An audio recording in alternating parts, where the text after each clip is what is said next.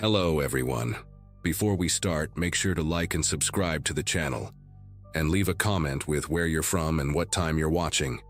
That way, YouTube will keep showing you stories just like this one. Now, let's begin. The automatic doors at Walmart used to be just doors to me. Now they're a threshold I cross with my heart pounding and palms sweating every single time. It was a Tuesday afternoon in March 2023, and I was doing what I'd done 100 times before, grabbing groceries with my little brother Tyler. He was 19 then, home from college for spring break, and we were picking up ingredients for Mom's birthday dinner. The store wasn't particularly crowded, maybe 20 people scattered throughout the aisles, and everything seemed completely normal. I remember joking with Tyler about the ridiculous price of avocados while we loaded our cart with ground beef, pasta, and all the fixings for Mom's favorite lasagna. Just a regular Tuesday, two brothers running errands, nothing that would prepare me for what was about to unfold. We were in the cereal aisle when I first noticed her. A woman in her 50s with short gray hair and glasses hanging from a beaded chain around her neck. She was holding her phone at an odd angle, pretending to text but clearly recording us. Tyler was debating between Lucky Charms and Cocoa Puffs, completely oblivious, but I caught her reflection in the shelf's metal edge. She quickly looked away when our eyes met through that distorted mirror image, but she didn't lower her phone. Something about her posture, the way she kept glancing at us and then at her screen, made the hair on my arms stand up. I tried to brush it off. Maybe she was just one of those people who filmed everything for social media. But then I saw her lean close to a Walmart employee stocking shelves nearby, whispering urgently while gesturing in our direction. The employee, a young guy with a patchy beard, looked at us, nodded, and spoke into his walkie-talkie. Tyler finally settled on Lucky Charms, tossing the box into our cart with a grin. We moved through the store methodically, bread aisle, dairy section, frozen foods. But that woman followed us like a shadow, always 2 aisles over, always with her phone raised. More employees started appearing, pretending to straighten shelves or check inventory, but their eyes tracked our every move. By the time we reached the pasta sauce section, I counted at least 4 employees hovering nearby. The woman had positioned herself at the end of our aisle, no longer hiding her filming. She held her phone steady, horizontal, like she was shooting a documentary. I wanted to confront her, ask what her problem was, but Tyler was rambling about some professor who failed half his class, completely unaware of the strange surveillance network forming around us. I kept my mouth shut and focused on finding Mom's favorite marinara sauce, the one with the green label and chunks of garlic. The confrontation came when we were heading to the checkout lanes. A wall of people materialized in front of us, 3 employees in blue vests, a guy in a white shirt with a manager tag, and that woman with her phone still recording. Tyler stopped mid-sentence about his roommate's terrible cooking. The manager, a heavy-set man with a thin mustache that looked drawn on with pencil, stepped forward. "Sir, we need you to come with us," he said, his voice loud enough to draw stares from nearby shoppers.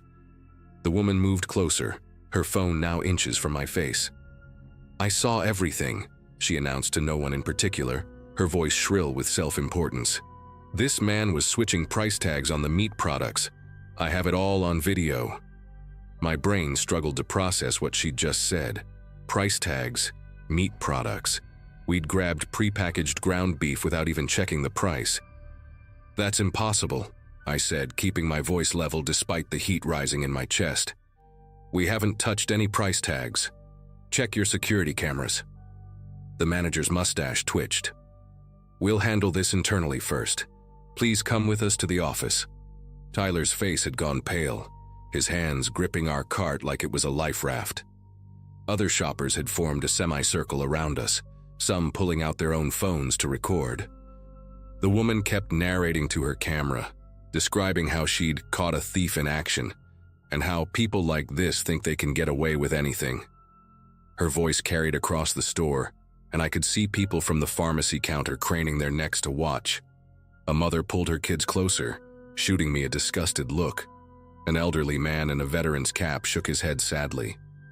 In seconds, I'd transformed from a guy buying lasagna ingredients to a criminal in their eyes, all because one woman with a phone decided I looked suspicious. The manager insisted we abandon our cart and follow him. When I asked again about reviewing the security footage, he said that would be handled after we sort this out.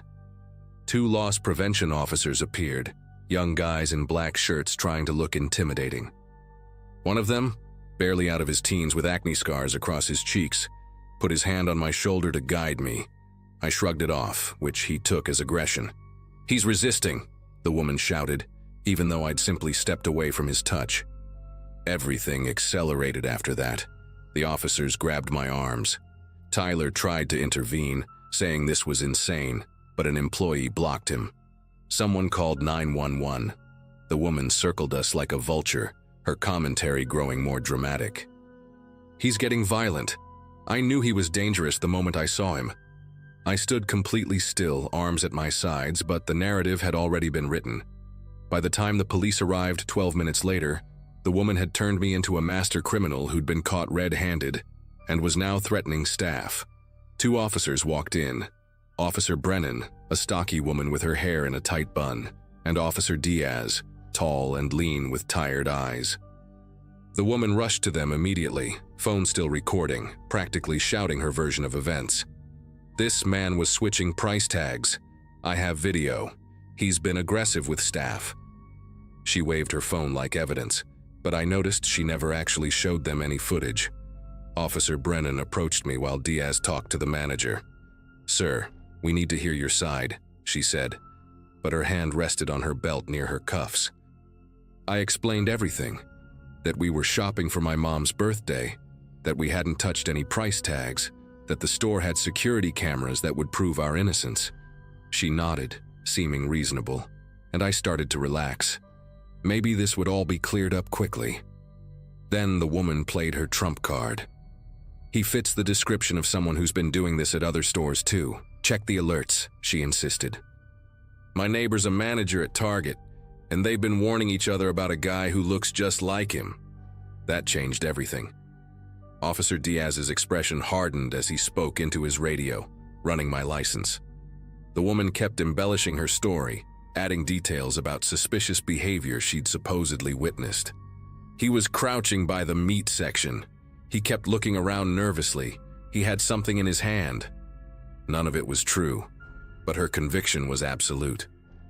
The manager backed her up, saying his employees had noticed suspicious activity too, though he couldn't specify what exactly.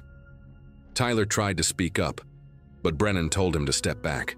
The crowd had grown larger, maybe 30 people now, all recording with their phones. Someone had even started a Facebook Live. I heard fragments of commentary. "Caught stealing. Can you believe it? In broad daylight." The truth didn't matter anymore. The spectacle had taken on a life of its own. When Diaz returned from his radio call, his face was grim. "We're going to need to take you in for questioning," he said. I couldn't believe what I was hearing. "For what? Shopping while someone films me?" That's when the woman delivered her final performance. "He's getting aggressive again. I don't feel safe," she cried, stumbling backward dramatically, even though I hadn't moved an inch. What happened next still plays in slow motion in my nightmares. Officer Diaz stepped forward, hand on his taser. "Sir, turn around and put your hands behind your back." The crowd gasped collectively, phones rising higher to capture every angle. Tyler shouted, "This is insane!" and tried to step between us, but Brennan grabbed him. In the confusion, I instinctively raised my hands to show they were empty, a gesture of surrender that the woman interpreted differently. "He's reaching for something," she screamed. Diaz didn't hesitate. He lunged forward, spinning me around and slamming me against a candy display. Snickers bars scattered across the floor as he forced my arms behind my back. The cuffs clicked tight enough to cut into my wrists. Tyler was yelling. The crowd was cheering or gasping, and through it all, that woman kept her phone trained on me, narrating like a true crime podcaster. "I knew he was guilty the moment I saw him," she said breathlessly. "You can just tell with some people, you know." The racism in her tone was barely veiled, but nobody called her out. They were too busy capturing my humiliation in high definition. They perp-walked me through the entire store. Past the produce section where a girl from my gym stood slack-jawed with a pineapple in her hand. Past the electronics where my neighbor Mr. Peterson quickly looked away. Past the pharmacy where Mrs. Chen, who'd filled my prescriptions for years, covered her mouth in shock. Each step was documented by dozens of phones, their cameras tracking me like synchronized spotlights. The woman followed our procession, still filming, still commenting. "This is what happens when good people stand up," she proclaimed. "I probably saved this store thousands of dollars." At the exit, they had to pause to open both automatic doors wide enough for our group. In that moment, standing in cuffs while waiting for doors to open like some kind of criminal presentation, I felt something inside me break. The person I'd been when I walked into this store, confident, unworried, free to shop without scrutiny, was gone. They loaded me into the patrol car while Tyler stood on the sidewalk frantically calling our mom. The last thing I saw before they closed the door was that woman, finally lowering her phone, a satisfied smile playing on her lips as other shoppers congratulated her for her bravery. The next 72 hours were hell. At the station, they processed me like a real criminal. Fingerprints, mugshot, the whole humiliating routine. The charges were theft by deception and resisting arrest, based solely on that woman's testimony and the manager's vague support. Nobody had checked the security footage. Nobody had found any switched price tags. But the video of my arrest was already spreading across social media like wildfire. Walmart thief caught and arrested, with my face in the thumbnail. By the time I made bail the next morning, I had become internet infamous. My phone had hundreds of notifications, some from concerned friends and family, others from strangers who'd found my social media profiles and felt compelled to share their opinions about my character. The woman's video had been shared thousands of times. She'd edited it before posting, cutting out all the parts where I stood calmly and spoke reasonably, keeping only the moments that looked bad out of context. Local news picked it up. My employer saw it. My landlord saw it. Everyone saw it except apparently anyone who cared about the truth. It took 3 days for my lawyer to force Walmart to review their security footage. 3 days of hiding in my apartment while protesters showed up at my job demanding I be fired. 3 days of Tyler barely sleeping, blaming himself for not recording everything from the start. 3 days of Mom crying every time she saw another cruel comment online. When they finally watched the footage, it showed exactly what I'd said. 2 brothers shopping normally, never touching price tags, never doing anything suspicious. But the revelation came from an unexpected source. A teenage employee named Bradley had been stocking shelves in the meat department that day and had filmed the woman on his phone because she'd been acting strangely. His video showed her following several different customers, filming them before settling on us. Showed her whispering to employees, gesturing wildly, creating her narrative before we'd even noticed her. He'd been too scared to speak up initially, but his conscience got the better of him. The charges were dropped immediately. Walmart issued a tepid apology. The woman deleted her social media accounts and disappeared, but the damage was done. The truth got a fraction of the attention the lie had received. My mugshot still appears when you Google my name. I lost my job. My landlord didn't renew my lease. And now, every time I need groceries, I sit in my car for 10 minutes, building up the courage to walk through those automatic doors, wondering who might be watching, who might be filming, who might decide I look suspicious today.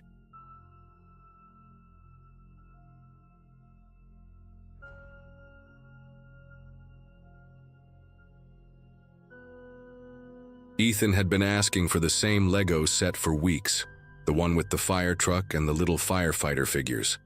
3 years old and already obsessed with anything that had sirens and flashing lights. That Black Friday in 2019, I finally had a chance to get it at half price. I was a single mom pulling double shifts at the hospital just to keep us afloat, and every dollar saved meant something. The Walmart near our apartment opened at midnight, but I waited until 4 a.m. to avoid the worst of the crowds. Big mistake. The store was still packed, People everywhere grabbing TVs and electronics, carts bumping into each other in the narrow aisles. The toy section was pure chaos when we got there. Parents literally throwing boxes into their carts, kids crying, employees trying to restock shelves while dodging the mayhem.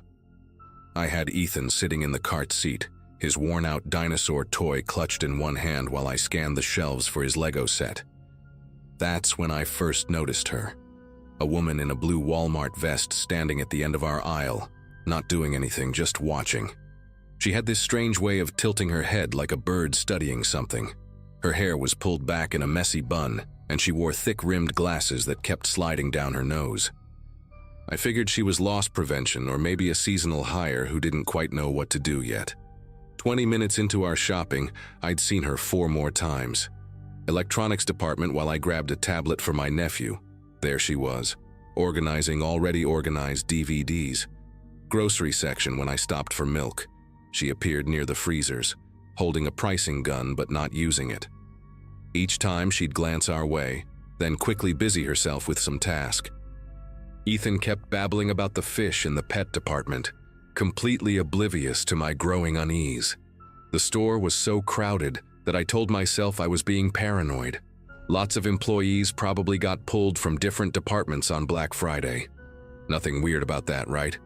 I finally found the Lego set wedged behind some board games on a bottom shelf. Score. While I reached down to grab it, Ethan started fussing about wanting to walk. "Mama down, want to see toys?" His favorite thing was touching every single box on the shelves, which usually drove me crazy but seemed harmless enough. I lifted him out of the cart and held his hand tight. "Stay close, baby. Lots of people here today." He immediately tried to dart toward a display of superhero action figures, but I kept my grip firm. The woman in the blue vest had vanished, and I felt myself relax a little. Just another hour and we'd be out of this madness. The crushing wave of shoppers hit us near the electronics section. People pushing, shoving, arguing over the last discounted TV. Someone's cart rammed into my hip, and when I turned to steady myself, my grip on Ethan's hand loosened for just a second. He pulled free and I immediately reached for him, but another surge of people pushed between us. "Ethan," I called out, but the crowd was so loud, Christmas music blaring from the speakers mixed with hundreds of conversations. I caught a glimpse of his green jacket moving toward the video game aisle. My heart started racing as I abandoned my cart and pushed through the crowd. "Excuse me, my son." But nobody was listening. Everyone focused on their own shopping frenzy. By the time I reached the video game aisle, he was gone. I ran to the next aisle, then the next. Nothing. My chest felt tight, like someone was squeezing my lungs. I grabbed the first employee I saw, a teenager with bad acne and a name tag that read Justin. "My son, he's 3, green jacket, brown hair, he was just here." The kid looked overwhelmed but grabbed his walkie-talkie. "Code Adam at electronics," he said, and suddenly the festive atmosphere shifted. Other employees appeared, the music cut off, and a voice came over the intercom. "Attention Walmart shoppers, we have a missing child. 3-year-old boy, green jacket, brown hair, answers to Ethan. Please check around you." The words echoed through the store and I felt like I might throw up. 5 minutes passed, then 10, then 15. Employees were everywhere, checking under clothing racks, inside dressing rooms, behind displays. Customers had stopped shopping and were helping look. Some woman with a thick Boston accent kept saying, "Don't worry, honey, kids wander off all the time in these big stores." But 20 minutes had gone by now, and the manager, a heavy-set man named Frank with sweat stains spreading under his arms, was on his radio constantly. Security guards had locked down all the exits. Nobody in, nobody out. They kept asking me the same questions. What was he wearing exactly? Did he have any favorite places in the store? Had anyone approached us? That's when I remembered the woman in the blue vest, and the words tumbled out in a rush. "This is Tom from security," a voice crackled over Frank's radio. "Need you to come to the office now, bring the mother." The walk to the security office felt like miles. My legs were shaking so bad I could barely stand. Inside the cramped room filled with monitors, Tom, an older black man with kind eyes, pulled up footage from the toy section. "Ma'am, I need you to watch this." On the grainy screen, I saw myself reaching for the Lego set, saw Ethan pull away in the crowd. Then, clear as day, a hand reached out and took his, the woman in the blue vest. She bent down, said something to him, and he went with her willingly. They walked calmly toward the back of the store while everyone else was fighting through the Black Friday chaos. "That's her," I whispered. "She was following us." Tom zoomed in on her face, but the image was too pixelated. Frank was already on his phone with police. The security footage tracked them through the store. She knew exactly where the cameras were, keeping her face turned away, using the crowds as cover. They went through sporting goods, past the pharmacy, heading toward the garden center. "Wait," Tom muttered, rewinding the footage. "How'd she get through that door? That's employees only." Frank checked his tablet, scrolling through employee records. "Nobody matching that description works here. Not in any department." My whole body went cold. This woman had dressed like an employee, studied the store layout, and targeted my son. The police arrived within minutes, 2 officers who immediately took over the security room. They radioed for backup while Tom kept tracking the footage. The last clear shot showed her leading Ethan through the garden center's exit door at 4:47 a.m. After that, nothing. "Ma'am, we need to search outside," one officer said, but I was already running. The garden center was this huge fenced area behind the store, filled with leftover Halloween decorations and Christmas trees. It was barely lit, just some yellow security lights casting weird shadows everywhere. Officers spread out with flashlights while I screamed Ethan's name until my throat burned. Behind stacks of mulch bags, nothing. Around the greenhouse, empty. Then I heard it. A tiny voice. "Mama?" It came from behind a bunch of wooden crates stacked against the back fence. I shoved them aside with strength I didn't know I had, and there he was, sitting on a pallet, still clutching his dinosaur, looking confused but unharmed. I scooped him up so fast I almost fell backward. He smelled like potting soil, and that weird fertilizer smell garden centers always have. "The nice lady said wait here for Mama," Ethan told the police officer while I refused to let go of him. "She gave me juice." Sure enough, there was an empty juice box next to where he'd been sitting. Apple juice, the kind they sell at the checkout lanes. The detective, a woman named Anita Hawkins who arrived later, searched the area and found something chilling. Fresh footprints in the dirt leading to a gap in the fence that had been cut with wire cutters. On the other side, tire tracks in the mud. Whoever this woman was, she'd prepared an escape route. The forensics team said the fence had been cut days before, maybe even weeks. She'd planned this whole thing, studied the store, got the vest somehow, waited for the perfect chaos of Black Friday when a child could disappear in the crowd and nobody would notice right away. They never found her. The investigation went on for months. Turns out there had been 2 similar incidents in neighboring states. Women in employee vests approaching children in big box stores during busy shopping days. None of the kids were physically hurt, thank God, but nobody could figure out the motive. The detective thought maybe she'd been interrupted, that someone coming into the garden center spooked her into abandoning whatever sick plan she had. They enhanced the security footage every way possible, but she'd been too careful. All they had was a vague description: white woman, 30s or 40s, medium build, brown hair, glasses. Could be anyone. I still shop at that Walmart sometimes because it's the cheapest option, but I never take my eyes off Ethan. He's 7 now and doesn't remember much about that day. Just something about a nice lady and juice.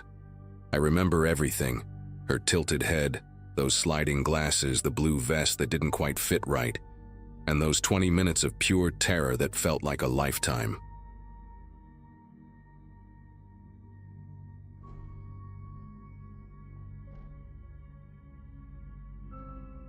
So I'm gonna share something that happened to me about 8 months ago that still gives me chills whenever I drive past that place. I'm 58, been retired from full-time security work for about 3 years now, but my pension wasn't cutting it with everything getting more expensive. When I saw the posting for overnight parking lot patrol at the local store, I figured it'd be easy money. Just drive around in my truck, keep an eye on things, maybe catch some kids trying to steal catalytic converters. The manager, this guy named Vincent, who couldn't have been older than my youngest son, told me they'd been having issues with car break-ins for weeks. People were getting their windows smashed, purses stolen, that kind of thing. He said I'd mostly be working alone, just me and my flashlight from 11 p.m. to 7 a.m. 6 nights a week. Sounded perfect for someone who's always been a night owl anyway. The first few weeks were exactly what I expected. Boring as hell, but peaceful. I'd park near the grocery pickup area and do rounds every hour or so, checking behind the dumpsters and making sure nobody was sleeping in their cars or doing drug deals by the garden center. The worst thing I'd encountered was some teenagers trying to hotbox in a beat-up Camaro, and they scattered the second they saw my headlights. I started bringing a thermos of coffee and some podcasts to keep me company during the quiet stretches. The parking lot was huge, probably could fit 400 cars easy, with these massive light poles that cast long shadows between the rows. During the day it was always packed, but at night it turned into this weird ghost town with just a handful of cars belonging to the overnight stalkers. I'd gotten comfortable with the routine, maybe too comfortable because I wasn't expecting what happened on that Friday night in August. It was around 2:30 a.m. when I noticed him. I was doing my usual sweep of the far end of the lot where the semi-trucks park for deliveries, and there was this figure just standing there between two trailers. First I thought maybe it was one of the delivery drivers taking a smoke break or something, but when I got closer with my headlights, I could see he wasn't wearing any kind of uniform. Just regular clothes, dark jeans and a hoodie pulled up over his head. He was maybe average height, skinny build, and he kept shifting his weight from foot to foot like he was nervous or tweaking on something. What really caught my attention was how he kept looking around, not casual-like, but real deliberate, like he was checking to see if anyone was watching him. I've been doing security work for 25 years, and you develop a sixth sense for when someone's up to no good. This guy had that energy radiating off him in waves. I parked about 50 feet away and grabbed my flashlight, the heavy-duty kind that doubles as a club if you need it to. Company policy said I wasn't supposed to confront people directly, just observe and call the real cops if things looked serious, but this felt different. Maybe it was the way he was positioned right next to this expensive-looking pickup truck, or how his head snapped up when my truck door slammed shut. I called out to him, trying to keep my voice friendly but firm. "Hey there, you need some help with something?" That's when everything went sideways. Instead of answering or walking away like most people would, he just stared at me for what felt like forever. Even with the distance between us, I could see his face in the glow of the parking lot lights, and there was something wild in his expression. His eyes were too wide, too focused, like an animal that's been cornered. Then he started walking toward me, not fast, but with this weird, deliberate pace that made my gut twist. "You need to leave," I told him, raising my flashlight so he could see I had it. "This is private property." That's when he pulled something out of his hoodie pocket, a box cutter with the blade already extended. The metal caught the light and I immediately knew I was in deep shit. He didn't say a word, just kept coming at me with this blank expression like he was in some kind of trance. I'm not a small guy. Used to play football in high school and I've kept most of my size, but I'm also pushing 60 and this dude looked like he had nothing to lose. I backed up toward my truck, trying to keep the flashlight beam on his face to maybe blind him or throw him off, but he just squinted and kept advancing. My heart was hammering so hard I could hear it in my ears, and I was calculating whether I could make it back to the driver's seat before he reached me. The whole parking lot felt like it had gotten 10 times bigger, and the distance to my truck might as well have been a mile. Before I could take another step, he lunged. I tried to dodge to the right, but the blade caught me across my left forearm, slicing right through my security jacket and the shirt underneath.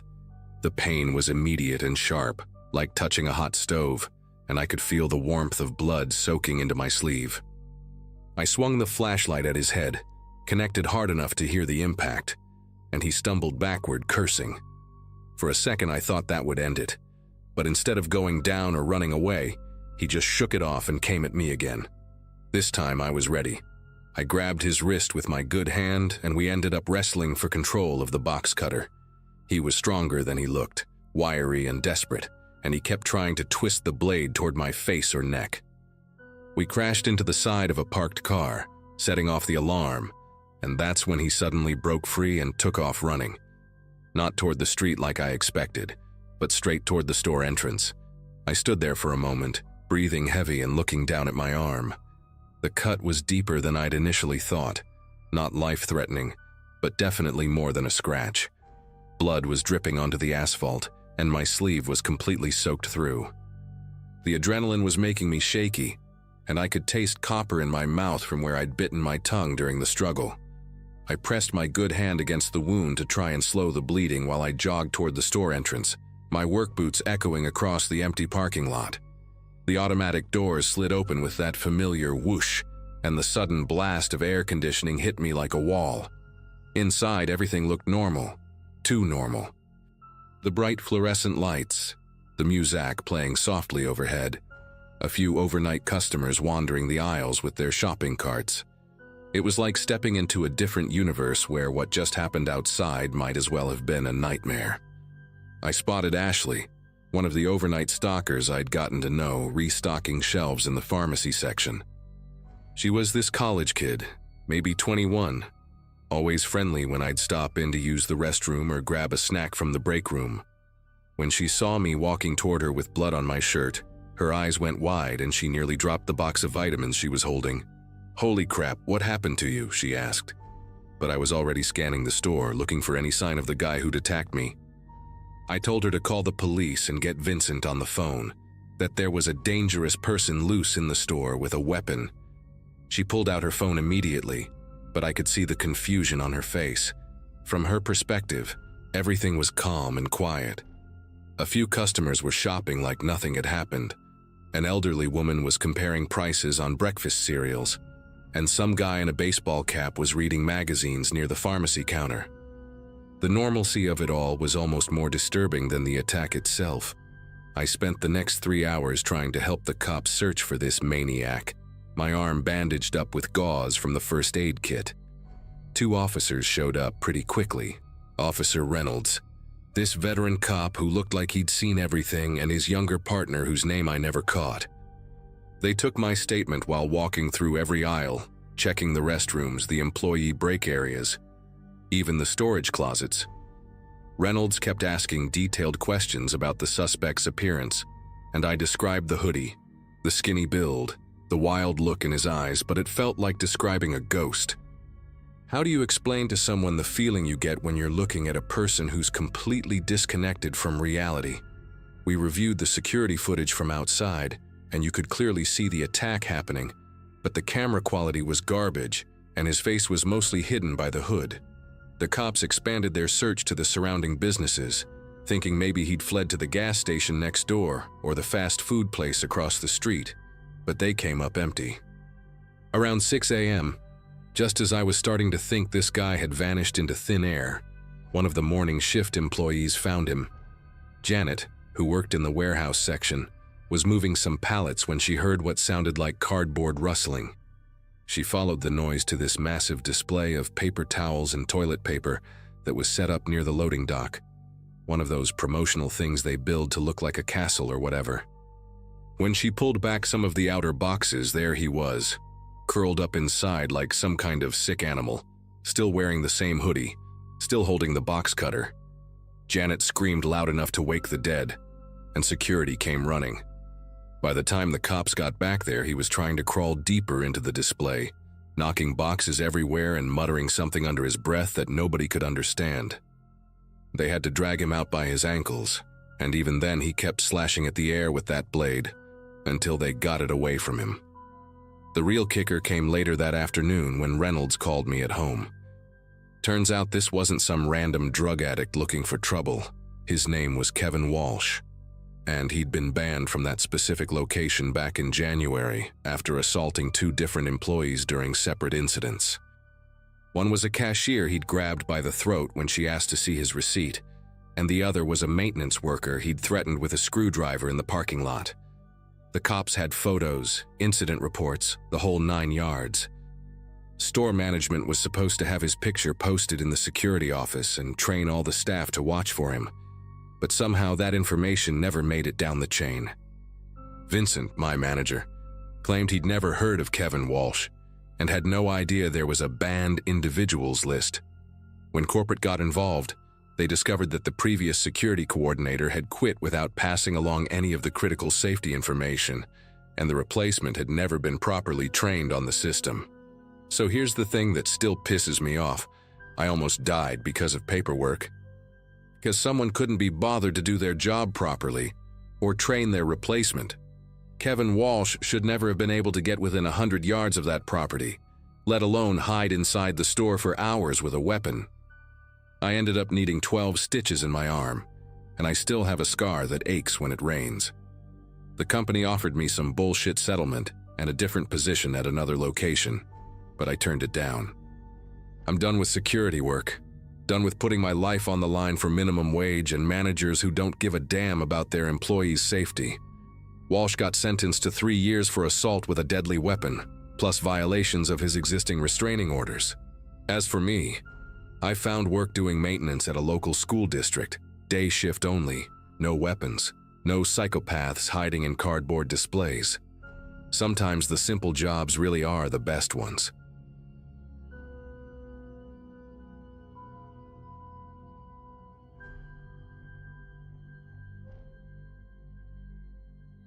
The night shift at Walmart changes you after a while.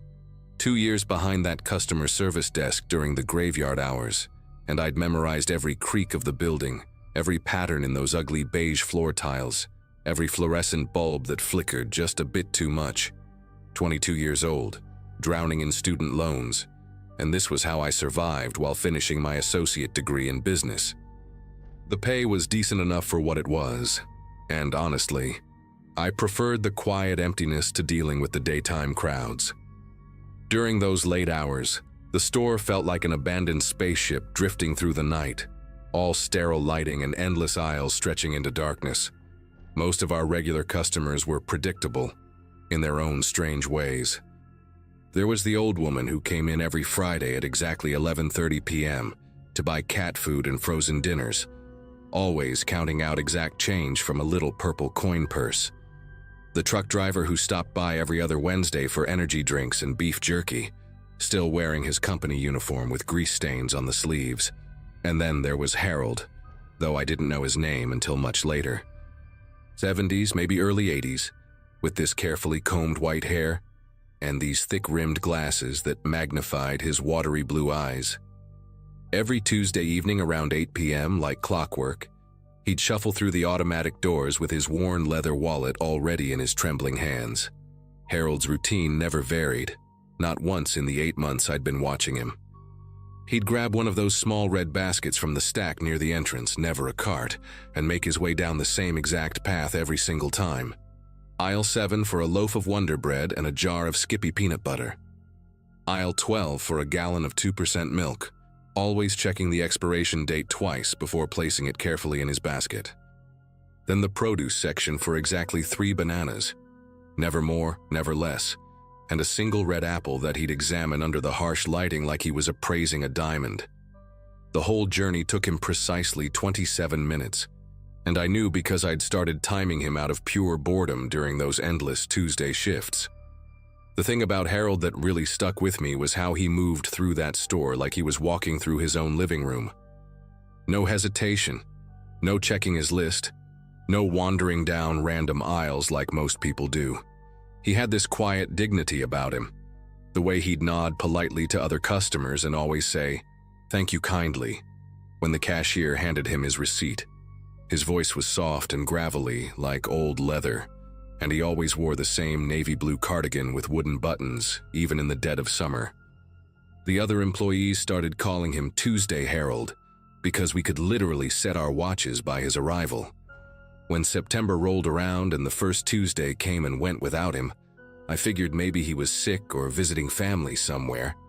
But then the second Tuesday passed and the third. By the fourth Tuesday in late September, I was genuinely worried about the old guy. During my dinner break, I even asked Brenda from the day shift if she'd seen him, but she just shrugged and said people come and go all the time.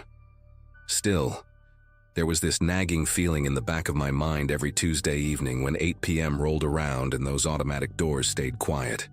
I'd catch myself glancing toward the entrance, expecting to see that familiar shuffle and navy cardigan. The store felt different somehow on those Tuesday nights, like a crucial piece of the routine had gone missing and thrown everything else slightly off balance. It was a Thursday night in early October when everything changed.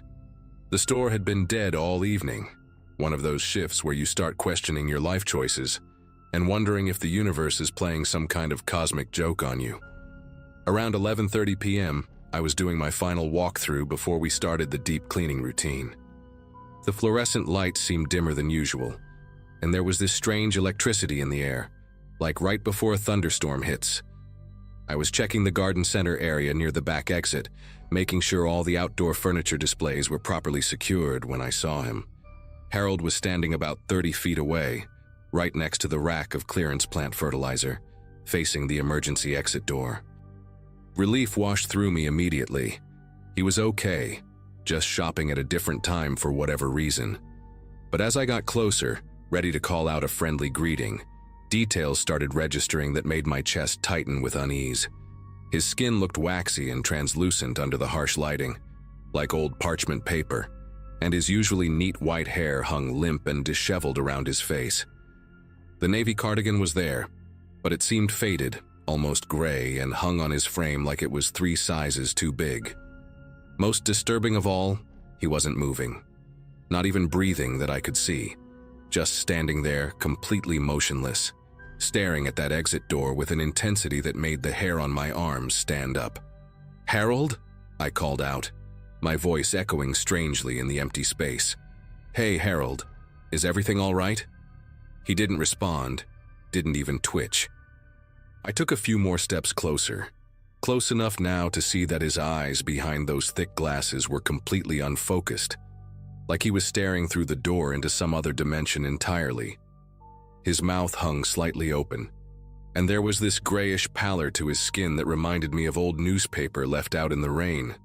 The whole scene felt wrong in a way I couldn't articulate, like watching a movie where the audio doesn't quite sync up with the video.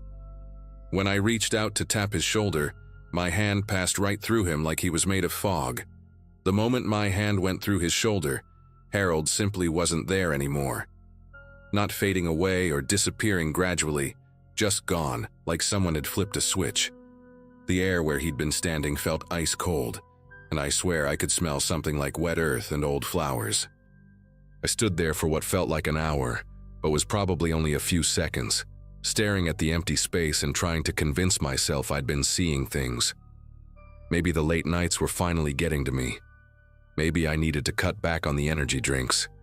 But deep down, I knew what I'd seen was real. The temperature around me slowly returned to normal, but that smell lingered for another few minutes before fading away completely. I didn't sleep that night.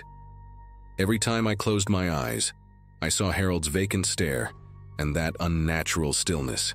The next morning, I called in sick to my day classes and spent the entire day researching missing persons reports online, checking local obituaries, anything that might explain what had happened. Around 3 p.m., I finally found what I was dreading to find.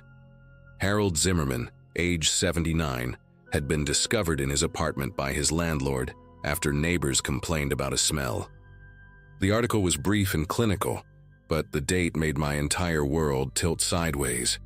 He'd been found on September 18th, but the coroner estimated he'd died nearly a week earlier, on September 12th. That was exactly 4 weeks ago. 4 weeks to the day from when I'd seen him standing in our garden center, staring at that exit door like he was waiting for permission to leave. The next few weeks were torture. I kept working my shifts, but every night I found myself checking that back corner of the store, expecting to see Harold again. I started researching everything I could about the building's history, about death, and what might keep someone tied to a place. Turns out our Walmart had been built on the site of an old grocery store that closed in the 1980s. Maybe Harold had shopped there too. Maybe that routine went back further than any of us realized. The rational part of my brain kept insisting I'd hallucinated the whole thing. But then I'd remember the smell of wet earth and flowers, the way the air had turned cold, and I knew better. 2 months later, I finally worked up the courage to ask my manager about getting transferred to the day shift. I told him I wanted to focus more on my studies, which wasn't entirely a lie. He approved the transfer, and I never worked another night shift at that store. Harold never appeared again, at least not that I know of. Sometimes I wonder if seeing him that night was his way of saying goodbye, or if he just needed someone to know that he was still there, still following his routine, still trying to find his way home.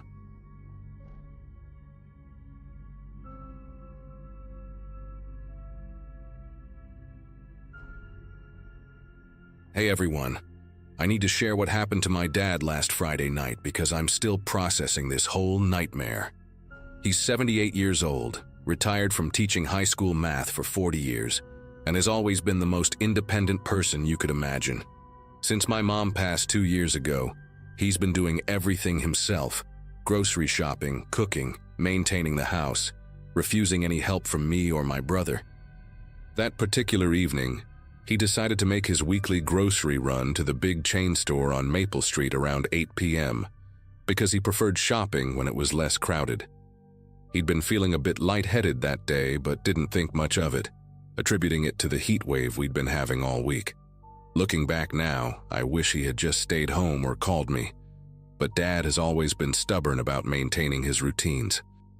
He told me later that everything started normally. He grabbed a cart, made his way through the aisles, picking up his usual items: bread, milk, some frozen dinners, his favorite coffee creamer. The store was nearly empty except for a few late shoppers and the staff getting ready to close.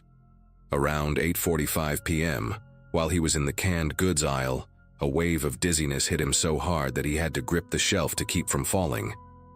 His vision went blurry, his legs felt weak, and he could hear his heartbeat pounding in his ears. Panic set in as he realized he might collapse right there in the middle of the store. The fluorescent lights seemed too bright. The sounds of the store became muffled and distant, and he knew he needed to find somewhere to sit down immediately before he passed out. He abandoned his cart and slowly made his way toward the back of the store, using the shelves for support, desperately looking for the customer restroom he remembered seeing near the pharmacy section. When he finally reached the restroom, Dad managed to lock himself inside the single-person bathroom and immediately sat down on the floor with his back against the door. The cool tile felt good against his skin, and gradually the dizziness began to subside. He sat there for what felt like forever, trying to regulate his breathing and waiting for his vision to clear completely.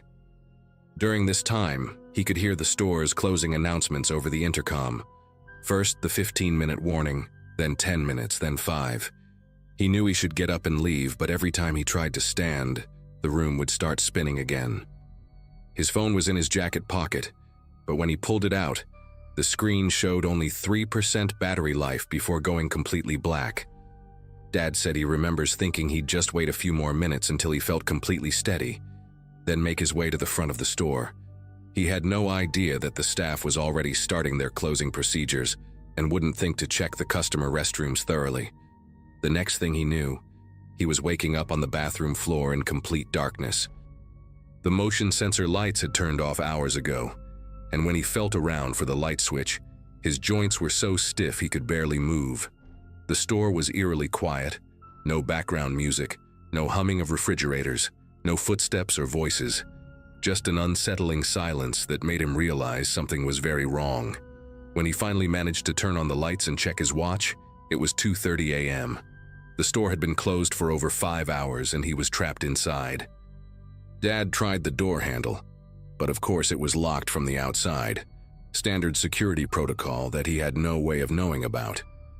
He started knocking on the door and calling out, but his voice just echoed back at him in the empty store. The reality of his situation began to sink in as he realized that no one would be coming until morning, and even then it might be hours before anyone heard him. What happened next still breaks my heart when I think about it. Dad spent the next few hours alternating between pounding on the bathroom door and trying to conserve his energy. He told me the hunger wasn't the worst part. It was the thirst that really got to him. The bathroom had a small sink, but he was hesitant to drink from the tap because he wasn't sure if it was safe, and his diabetes medication made him more susceptible to dehydration anyway. As the hours dragged on, he started getting confused about time and place. At one point, he thought he heard voices and started yelling for help, but it turned out to be just the building settling, or maybe the heating system cycling on and off. The isolation was playing tricks on his mind, and he began to worry that even if someone did come to the store, they might not think to check the bathroom. He tried to stay calm by reciting math equations in his head, something that had always helped him focus. But even that became difficult as his blood sugar levels fluctuated from not eating. Around 6 a.m., Dad heard what he thought might be footsteps in the distance. He gathered all his remaining strength and started banging on the door with both fists, shouting as loudly as he could manage. The cleaning crew had arrived for their morning shift, and thank God, one of them, a woman named Claudia, heard the commotion coming from the back of the store. She called out to ask if someone was in there, and when Dad responded, she immediately radioed for her supervisor. It took them nearly 20 minutes to figure out how to unlock the bathroom door because it required a manager's key and getting security involved. When they finally opened the door, Dad was sitting on the floor, pale and shaking, completely disoriented. Claudia later told me that he kept apologizing and asking what day it was. She stayed with him while her supervisor called 911, and she even gave him some water from her own bottle while they waited for the paramedics to arrive. The paramedics arrived within 10 minutes and immediately started checking Dad's vitals. His blood pressure was dangerously low, he was severely dehydrated, and his blood sugar levels were all over the place. They got an IV going right there in the store and transported him to the hospital where he spent the next 3 days recovering. The doctor said that at his age, being without food and water for that long, combined with the stress and his existing health conditions, could have been much more serious. While he was in the hospital, I decided to dig deeper into what had actually happened that night. Something didn't sit right with me about how he ended up locked in there for so long without anyone noticing. I called the store manager and asked to speak with whoever was working that Friday evening. That's when I discovered something that made me absolutely furious. 2 different employees remembered seeing my dad that night, and both of them had noticed he seemed confused or disoriented. The first employee, a teenage cashier named Cody, told me that around 8:30 p.m., my dad had approached him asking where the bathroom was, but also asking what time the store closed. Cody said Dad seemed a little out of it, but he just pointed toward the back and didn't think much more about it. The second employee, an older woman who worked in the deli section, said she saw Dad leaning heavily on a shopping cart around 8:45 p.m. and asked if he needed help. When she approached him, he told her he was feeling dizzy and asked if there was somewhere he could sit down for a minute. Instead of offering to call someone or helping him to customer service, she just told him there were some chairs near the pharmacy and walked away. She admitted to me over the phone that she assumed he was just being difficult because elderly customers often complained about feeling tired or wanting to rest.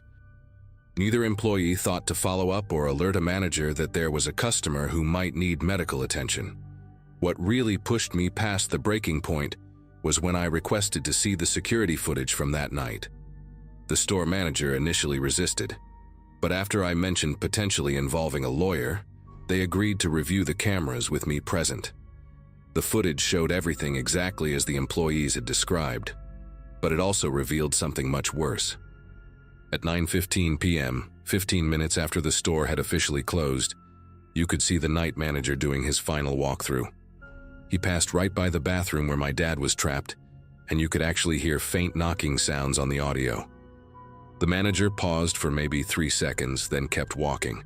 When I asked him about it later, he claimed he thought it was just pipes settling or maybe something shifting in the storage room next door. But watching that footage, seeing how close Dad came to being found that night, and knowing he had to suffer through 8 more hours because someone couldn't be bothered to check properly, it was devastating. The worst part was realizing that this could have been prevented at multiple points throughout the evening. if just one person had taken his obvious distress seriously. After Dad was released from the hospital, I knew I couldn't let this slide. He was traumatized, physically weakened, and had developed a genuine fear of going into stores alone.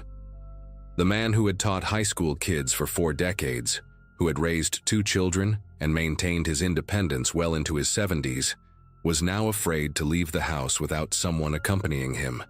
I reached out to the local news station and told them the whole story. The reporter, Beth Thompson, was incredible. She interviewed Dad, reviewed the security footage, and spoke with the store employees who had encountered him that night. When the story aired the following Wednesday, it sparked a huge conversation in our community about how we treat elderly customers and what protocols should be in place to prevent something like this from happening again. The store chain's corporate office contacted us within hours of the broadcast, offering to cover all of Dad's medical expenses and promising to implement new training procedures for their staff. The response from the community was overwhelming. We received dozens of calls and messages from other families who had experienced similar situations with elderly relatives being dismissed or ignored in retail settings.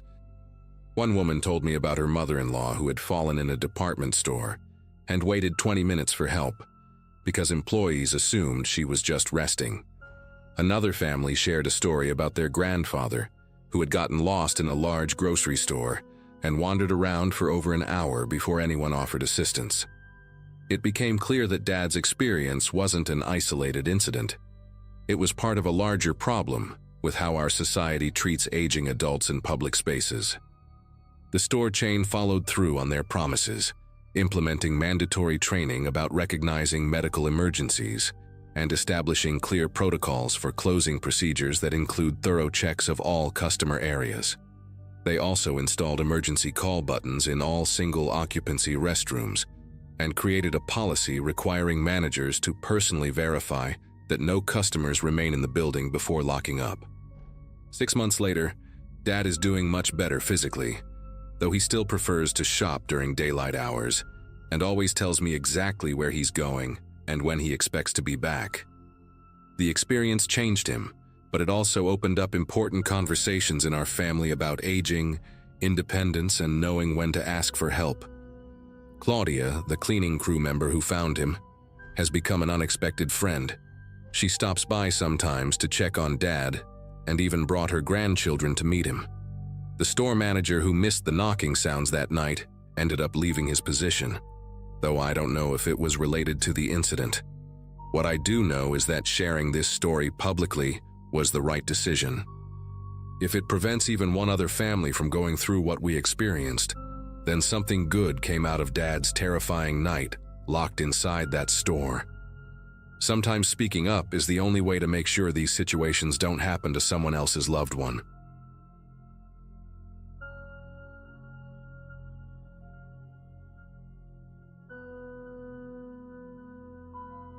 It happened during a quiet stretch in late April, the kind of lull between spring break chaos and the summer surge.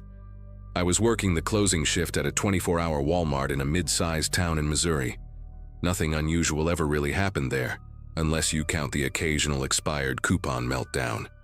I'd been at the register for 2 years, mostly evenings and overnights.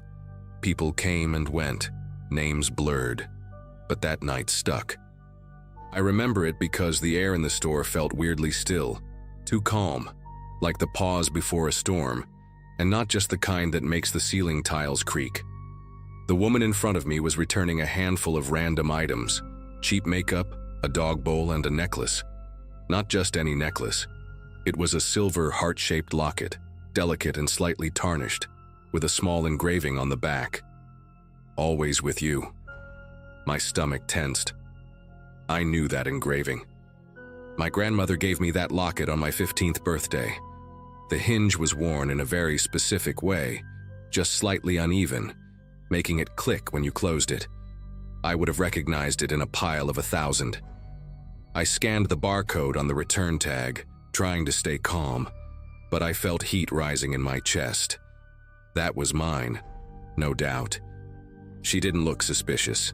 Middle-aged, short hair, distracted like someone running errands while thinking about a dozen other things. When she left, I didn't stop her. I didn't say anything at all. I just flagged my manager saying I needed my break early and walked to the employee lounge. My purse was sitting in my locker, zipped shut. At first glance, nothing seemed off. But when I reached inside and rummaged through the smaller pocket, the locket wasn't there. Neither were my apartment keys. I dumped everything out on the table. Wallet, lip balm, headphones, all there. But not the locket. Not the keys. My mind was racing, trying to find a logical explanation. Maybe I left the locket at home by accident? Maybe I dropped the keys on the way to work? I texted my roommate, asked her to check my nightstand. Her reply came fast. "Your chain and keys aren't here." That's when the panic started to set in. Not loud or dramatic, but slow and creeping, like a faucet left barely running. I replayed everything from the day before. Had I noticed anything strange? My routine was painfully consistent. Shift ended at midnight. I bought groceries, walked to my car, drove home, locked the door. Nothing stood out. At least, that's what I thought. I couldn't shake the image of that woman placing my locket on the counter like it was some trinket she picked up at a yard sale. I asked the manager, Sam, if I could check the surveillance footage from the night before. He looked at me funny at first, like I was being dramatic. But I told him my keys were missing, and someone returned something that belonged to me. That was enough for him to log me into the back office system. We scrubbed through footage from the night before, starting with my shift ending. It was almost midnight. There I was, pushing my cart out to the lot, stopping briefly to rearrange a few bags in the trunk. At first, nothing seemed unusual. But then a figure appeared a few feet behind me, just outside the glow of the overhead lights. A man, tall, wearing a hoodie and jeans, walking slow but deliberate. He kept his head down, hands in his pockets. I never noticed him at the time. I kept going, loading groceries, slamming the trunk, unlocking the driver's side door. But what stopped me cold was what happened right after I got in and closed the door. He stepped up to the passenger side, looked around briefly, then leaned in and tried the door handle. It was locked. He turned and walked off toward the darker end of the lot. My first thought was, how the hell did he get my keys later? Because the next thing we saw, about 20 minutes after I had left, was that same guy circling back through the lot. This time, no hesitation. He went straight to my car, crouched low, and pulled something from his pocket. It was quick. He unlocked the door like someone who had done it a dozen times. Got in, sat there for nearly 3 minutes, then left with something in his hand. The footage cut as he stepped off the lot. I didn't say anything right away. I just sat there staring at the paused frame of his figure, half lit by a single parking lot bulb, like something out of a dream you can't fully remember but know was wrong. Sam leaned back in his chair, silent for a second before saying, "You need to report this. Right now." I nodded, but honestly, my brain felt like it was lagging behind everything. This wasn't just about a locket. Someone had followed me, waited, and come back. And now he had my apartment keys. I felt exposed in a way I never had before, like every small routine I'd trusted had turned inside out. I left work early, heart thudding the whole ride home, checking my rearview mirror every few seconds. When I got to my place, I didn't even go inside. I drove straight to my roommate's job and told her everything. That night, we didn't sleep at the apartment. My roommate Jenna called her brother and we stayed at his place. I kept imagining the man from the video unlocking our door, standing in our kitchen, touching things, watching us while we slept. It made my skin crawl. The next morning, I filed a police report and gave them a copy of the security footage. They said the plate on the guy's car was unreadable, and they couldn't promise much unless he showed up again or tried to use the keys somewhere. They told me to change my locks immediately.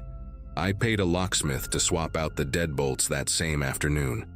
What kept bugging me was how he even got the keys and the locket in the first place. I thought back to earlier that day. Had I left my purse unattended?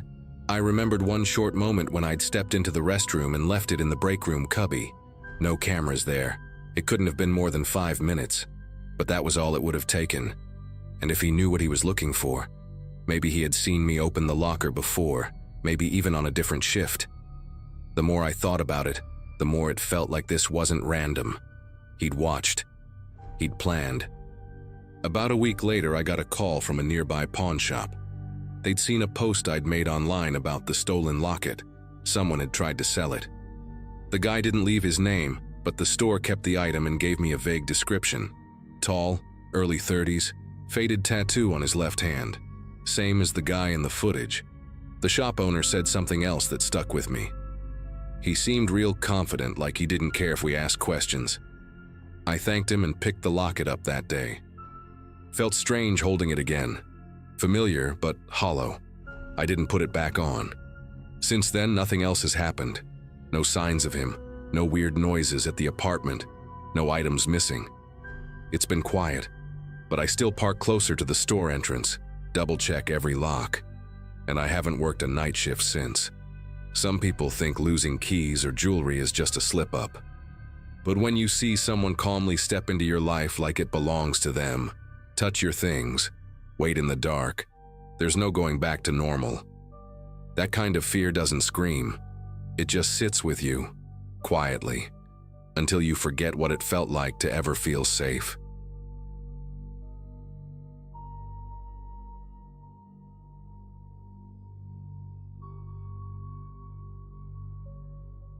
I had just finished a double shift at the warehouse that night, and the only thing keeping me going was the thought of heating up some leftover chili and crashing on the couch. This happened about a year and a half ago, when I was still living in Evansville, Indiana. I stopped by the Walmart off Route 41 around 11:30 p.m. Figured I'd grab a few things before heading home. That place always had a weird energy at night, mostly empty except for a few tired-looking employees restocking shelves and some quiet regulars like me. I didn't think twice about being there that late. I'd done it plenty of times before. By the time I pushed my cart out into the lot, the place was dead silent. The street lamps over the parking rows buzzed faintly, and there were maybe 3 or 4 other cars scattered around. Mine was parked a little farther out than usual, near one of those empty cart returns. As I got closer, I noticed a car slowly cruising past the rows, a faded silver sedan, headlights dim like they were barely hanging on. It wasn't speeding or anything, just creeping along real slow, like the driver was looking for something. I figured they were probably trying to spot their car or maybe looking for someone inside. Still, something about it stuck in my head. It made a wide loop around the far side of the lot, then doubled back and started heading in my direction. I didn't panic or anything, just glanced over a few times while loading the bags into my trunk. I kept my ears open, but there wasn't much to hear, just that faint crunch of tires over gravel. I'd only just closed the hatchback when the car pulled up behind me, kind of diagonal, cutting off the exit from my spot. The window rolled down slowly, and the guy inside leaned across the passenger seat. He looked to be in his 40s, scruffy beard, baseball cap pulled low, wearing a jacket with one of those peeling reflective stripes. His eyes were strange, wide, too focused for someone supposedly asking a casual question. He called out, "Hey, you seen a golden retriever around here? Lost him earlier, goes by Duke." His voice had this edge to it like he was testing me. I glanced around, mostly out of reflex, and told him no. I hadn't seen any dog. Tried to keep it polite, didn't want to make it a thing. But instead of driving off, he just stared for a second, then turned the wheel slightly and let the car creep another few feet closer. He didn't say anything for a few seconds, just sat there with the engine humming low and that look on his face like he was waiting for something to click. I gave a quick nod and started walking toward my driver's side door, but the car crept even closer, real slow, until the front bumper was maybe a foot from mine. That's when he spoke again, this time a little louder. "You sure? He's real friendly. Might have jumped into someone's car." He smiled when he said that, but it wasn't the kind of smile that made you feel at ease. It felt rehearsed, like a mask that didn't quite fit right. I tried not to show it, but my instincts were screaming at me. I told him again, firmer this time, that I hadn't seen any dog and that I needed to get going. He stared a few more seconds, then shifted his eyes toward the store entrance like he was trying to spot someone else. The engine revved just a little, not a lot, just enough for me to realize he hadn't put the car in park at any point. I slid into my seat, locked the doors the second they closed, and kept watching him through the windshield. I didn't want to drive off just yet and have him follow me out into the street. He finally pulled forward, but not out of the lot. Instead, he turned sharply and parked one row ahead, facing toward me. His headlights stayed on. I waited a few seconds, hoping he'd shut the engine off or go inside, but he didn't. I didn't move either. We were just sitting there, two cars facing each other in a nearly empty lot, the buzz of the lights overhead filling the silence. That's when I noticed something else. There was no license plate on the front of his car. Indiana doesn't require them, but the bolts were there, like something had been removed. After another 30 seconds of that silent standoff, he switched off the headlights, but the car stayed running. I leaned forward slightly, watching him through the windshield, and saw his outline shift. He was reaching into the passenger seat for something, maybe the glove box. I didn't wait to see what it was. I turned my key, put the car in reverse, and backed out faster than I probably should have. As I passed his car, I didn't look directly inside, but I could see his head was turned, watching me the whole time. I didn't go straight home. I took a few turns through side streets I knew well just to make sure he wasn't behind me. Checked the rearview mirror more times than I could count. Never saw headlights after I pulled onto the main road, but I didn't relax until I was parked in front of my building.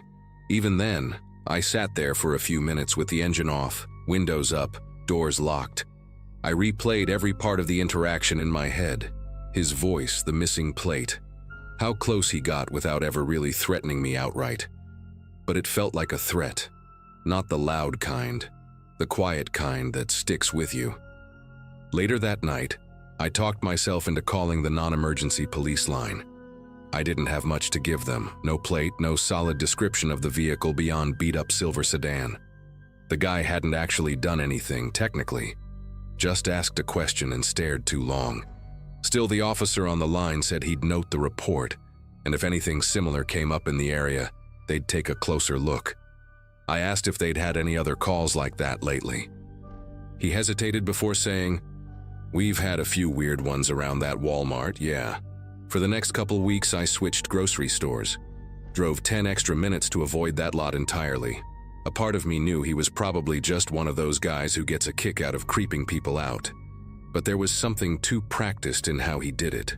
Like he'd used the dog story before. Like he'd done this before. And I kept thinking about how he didn't seem surprised or frustrated when I said no. He seemed prepared. Eventually, I went back to that Walmart during the day just to prove to myself I wasn't letting fear decide where I shopped. But even now, I never go at night. Not alone. Not anymore. I don't know what that guy wanted, and I don't want to know what would have happened if I'd stood there a little longer or leaned into the car to get a better look. I still don't know if he was trying to lure someone or if I just happened to interrupt something else.